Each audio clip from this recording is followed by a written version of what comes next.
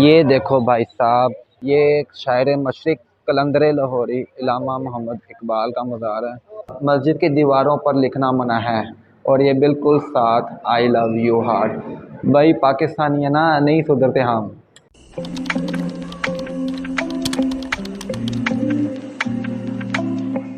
बिन मज़ा आ रहा है? नमाज पढ़ी है? आया हुआ पहले यहाँ पे? किसके साथ? मेरे साथ आया था।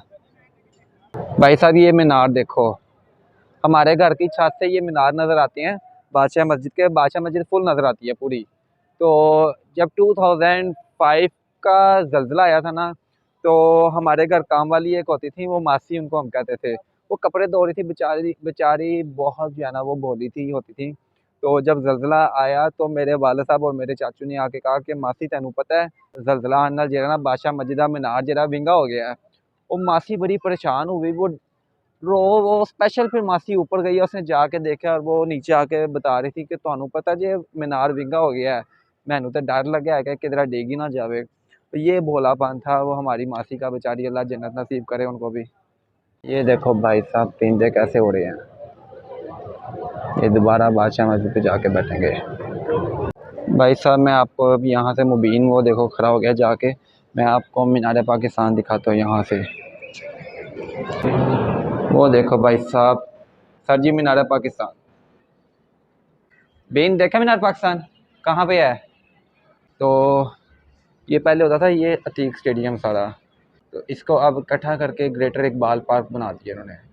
आपको मैं बादशाह मस्जिद की पुरानी ड्रेन का सिस्टम दिखाता हूँ, आज से कई सदियाँ पहले का। ये देखें, ये इस टाइम मैं खड़ा हूँ बरामदे में और ये नीचे से जो है ना ये ड्रेन निकल रही है इसकी कहीं से, ये देखें, और ये सीधा जा रही है ड्रेन। ये भाई साहब कई सदियाँ पुरानी ड्रेन का सिस्टम है जो अभी तक चल रहा है। ये देखो भाई साहब, मस्जिद की दीवारों पर लिखना मना है और ये बिल्कुल साथ आई लव यू हार्ट। भाई पाकिस्तानी है ना, नहीं सुधरते हम। ये देखो यार, इसके बरामदे जो है ना कैसे बनाए हुए हैं इन्होंने। बहुत खूबसूरत यार मस्जिद बनी हुई है, ये एक शाकार है पूरा। गवर्नमेंट ऑफ पाकिस्तान को चाहिए इन चीज़ों को जो है ना ज़रा प्रिजर्व करें, इसको लुक आफ्टर करें।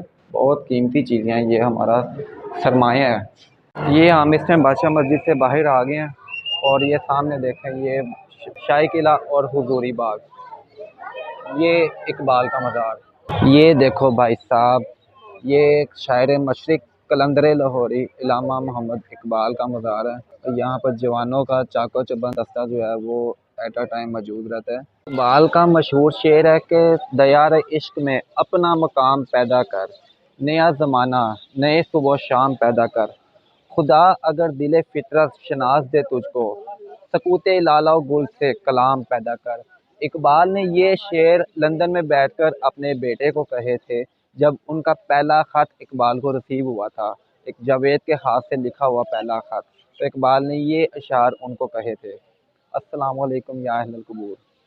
सर जी अगर मैं बागात की बात करूं तो इसमें कोई शक नहीं कि लाहौर को बागात का शहर कहा जाता है और इसमें मुगलिया दौर के बनाए गए बाग बहुत मशहूर है, जिनमें से एक शालामार बाग भी है। तो अगर हम थोड़ा सा आगे चलते हैं तो सिख दौर का एरा आ जाता है। तो ये आप मेरे पीछे देख सकते हैं, ये हजूरी बाग है और ये महाराजा रंजीत सिंह ने जो है ना ये हजूरी बाग बनवाया था।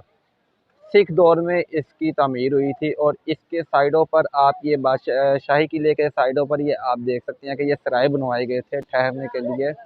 अगर हम सिख दौर की भी बात करें तो सिख दौर भी जो है वो बागात में पीछे नहीं रहे, मुगलिया दौर की तर्ज पर उन्होंने बागात बनाए।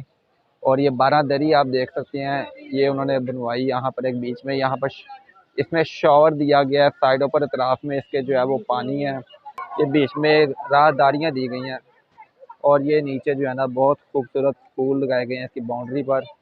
हजूरी बाग भी जो है ये देखने से ताल्लुक़ रखता है, एक तरफ इसके शाही किला और दूसरी तरफ इसके बादशाही मस्जिद।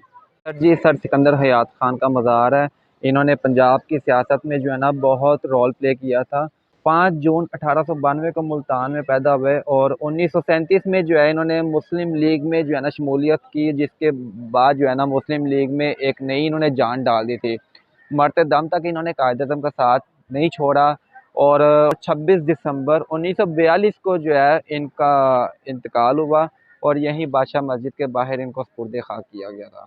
ये देखो भाई साहब, मिट्ठू मिट्ठू। ओए सर जी, ये मेरे पीछे आप देख सकते हैं, ये रोशनाई दरवाज़ा है। इसको रोशनियों का गेट भी कहा जाता है। ये मुग़ल बादशाह अकबर के दौर में उन 12 दरवाज़ों में शामिल है जब ये इसको तमीर किया गया था। और इसको एक ख़ास हद तक रोशन रखा जाता था, क्योंकि किसी दौर में बादशाह मस्जिद और शाही किले के साथ जो है ना, ये बिल्कुल दरिया रावी बहता था। तो वहाँ से जो काफ़िले आते थे पानी के ज़रिए, तो ये इस गेट को रोशन किया जाता था ताकि यहाँ से जो है ना लोगों की आमद-ओ-रफ़्त को आसान किया जा सके। और ये किसी दौर में मरकज़ी दरवाज़ा भी रहा है लाहौर का, और इसलिए इसको रोशनाई गेट कहा गया है, क्योंकि ये इसको रोशन किया जाता था, रोशनियों का गेट इसको इसलिए कहा गया था। गेट आप देख सकते हैं अभी तक अपनी असल हालत में मौजूद है। इसमें अभी तक सिर्फ़ ये हल्की-सी कंस्ट्रक्शन अब शुरू हो रही है, लेकिन ये गेट जो है ना अपनी असल हालत में मौजूद है।